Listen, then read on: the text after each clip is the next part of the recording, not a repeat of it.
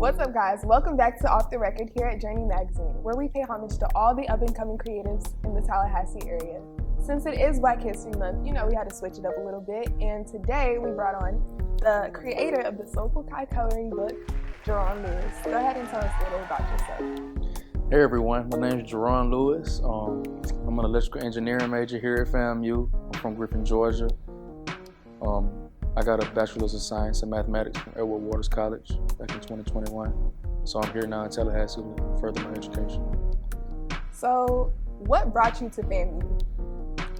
Well, when I was in high school, a recruiter from Edward Waters came to my high school and he told me that there was a dual mathematics electrical engineering program between Edward Waters and other institutions in Florida.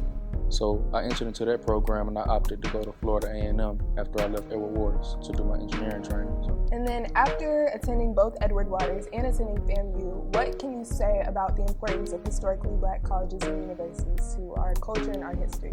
Okay, well, HBCUs are a place for Black people to come and not get their talents exploited, but to be nurtured during their tenure at school, because opposed to other institutions where upon completion of your program, everything might feel like a blur. HBCUs offer a conducive environment for people to seriously thrive and grow in their time here. So we really brought you on here today to talk about your Soulful Chi coloring book. So can you tell us a little about that, what inspired you to create it? Sure. Back in 2019, before I joined my fraternity, Omega Psi Phi, one of the brothers who brought me in, he asked us all to meditate on ways to solidify a positive legacy at Edward Waters College. And I decided to create something that would influence the youth the most. So I actually completed my first volume back in 2021. This is the second volume. So why did you want to choose the youth as your targeted audience? Because with a thing like Black history, it's best that you take control of the mind as early as possible. I mean, not saying that older people and older generations are a lost cause. Everyone has something to benefit from, even this coloring book. But with children, they're much more impressionable. Is this book just for children, or can other people enjoy it too? No, it means for everyone. There's a crossword puzzle in the end that anyone, I don't believe anyone is expert enough in Black history to be able to complete it without looking up some of the answers. So everyone can learn something. What do you hope other people learn from utilizing your coloring book? Children, older people, everybody. Right. So the people that I've depicted through history in this coloring book, going all the way back to Prince Hall and to Saint L'Ouverture up to Kamala Harris, the largest message that I wanted to put out there by choosing these people is that these were the first people to do it, and they made it possible for you to do it if you want to. Okay, that's a good message. I like that. What was the planning and process like for creating this book and the last one? The planning and the process. I created both volumes exclusively by myself, so it took a lot of hard work, late night burning midnight oil for real. Between 2019 to 2021 with the first volume, and between 2022 and now we're completing this volume. The work wasn't over. It was very small scale the first time around, but I still believe in having a grassroots approach. That's why the book isn't available on the internet at all, but I prefer to get to the people by reaching the people myself.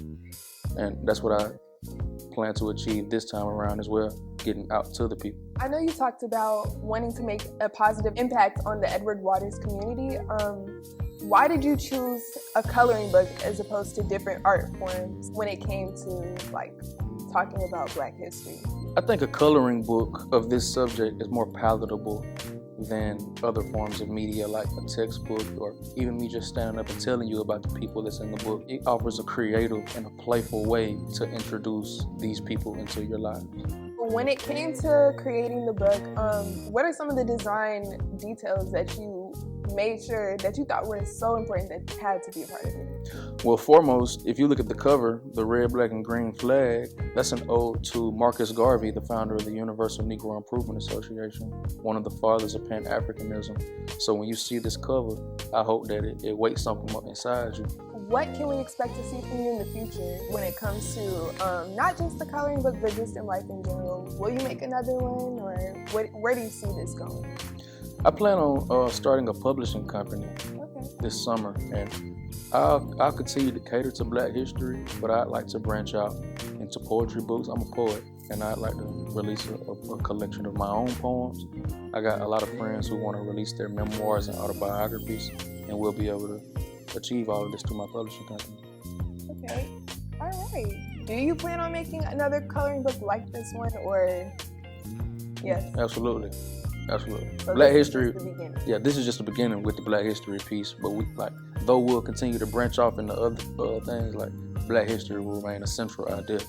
So aside from the coloring book, what are some other ways that you plan on promoting Black history? I've had the idea to start a book club for some time now, where participants don't read an entire book, but rather excerpts that have been chosen by a team that want to get a particular message out there.